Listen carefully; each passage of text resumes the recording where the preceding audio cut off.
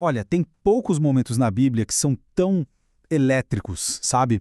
Tão carregados de significado quanto o que acontece em Êxodo 19.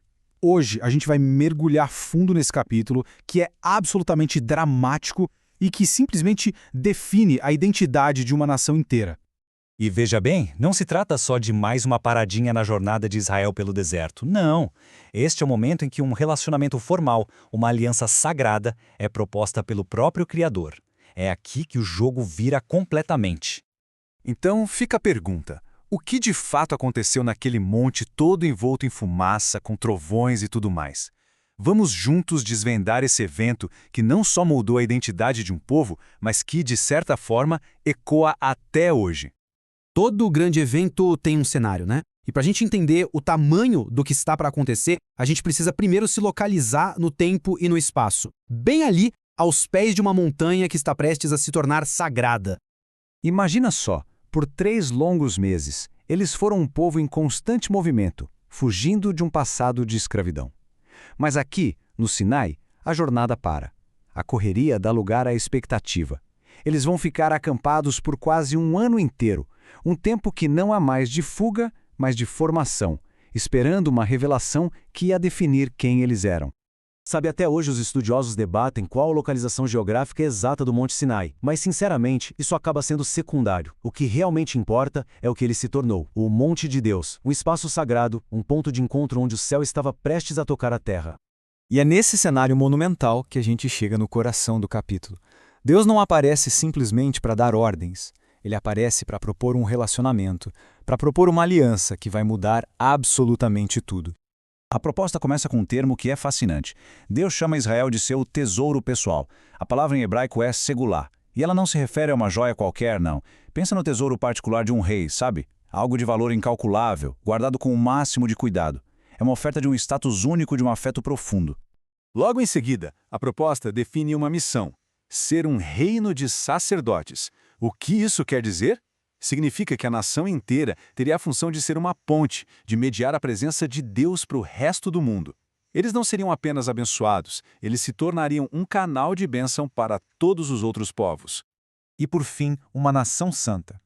A palavra santo aqui significa basicamente separado. Mas não é separado por arrogância, tipo somos melhores que os outros. Não, é separado para um propósito divino.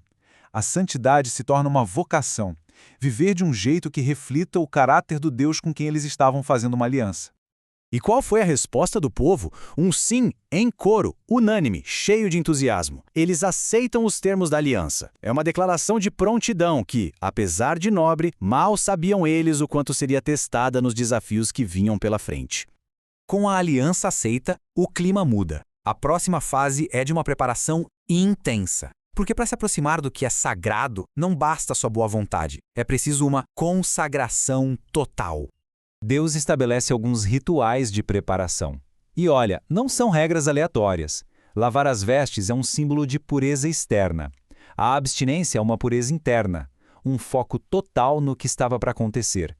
E os limites em volta do monte? Um lembrete bem físico da santidade imensa e até perigosa de Deus, que precisa ser tratada com o máximo respeito.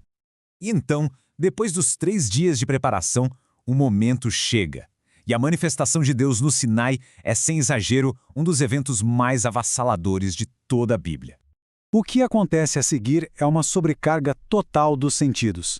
Trovões que fazem a terra tremer, raios que rasgam o céu. O monte inteiro fica coberto de fumaça, como um vulcão, e um som de trombeta começa a tocar, ficando cada vez mais alto, ensurdecedor. O texto diz que o acampamento inteiro tremia de medo. Isso não foi uma visão sutil, foi uma demonstração inesquecível do poder bruto e da majestade de Deus. Isso ilustra perfeitamente a dupla natureza dessa experiência. Um teólogo chamado Rudolf Otto descreveu isso como Mysterium Tremendum et Fascinans. É um nome complicado para dizer que é algo que ao mesmo tempo apavora pelo poder imenso, o tremendum, e irresistivelmente atrai e fascina pela sua glória, o fascinans. O povo sentiu tanto um medo profundo quanto uma atração inexplicável. Uma experiência tão intensa assim não tinha como ficar contida ali no deserto. O que aconteceu no Sinai definitivamente não ficou no Sinai. As ondas de choque desse evento se espalham por toda a história da Bíblia. E a gente vai ver exatamente como. Olha só como esses temas são revisitados mais pra frente. O autor de Hebreus, por exemplo, pega aquele medo todo do Sinai para fazer um contraste com a nova confiança que se pode ter em Jesus. Pedro pega aqueles títulos exclusivos, reino de sacerdotes, nação santa, e os aplica à comunidade cristã. E aquela cena de fogo e som, ela ecoa de um jeito muito forte na vinda do Espírito Santo em Pentecostes. O que tudo isso mostra pra gente? Que, embora a forma da aliança mude ao longo da história, o chamado fundamental à santidade, esse continua. A ideia de ser um povo separado, que reflete o caráter de Deus, é como um fio de ouro que vai desde o Sinai até o centro dos ensinamentos de Jesus. E assim, este capítulo nos deixa com uma reflexão poderosa. Ele nos mostra um Deus que tem uma ternura imensa, que carrega seu povo sobre asas de águia e, ao mesmo tempo, um Deus de uma majestade avassaladora, que desce em fogo. Diante disso, o que é a santidade, afinal?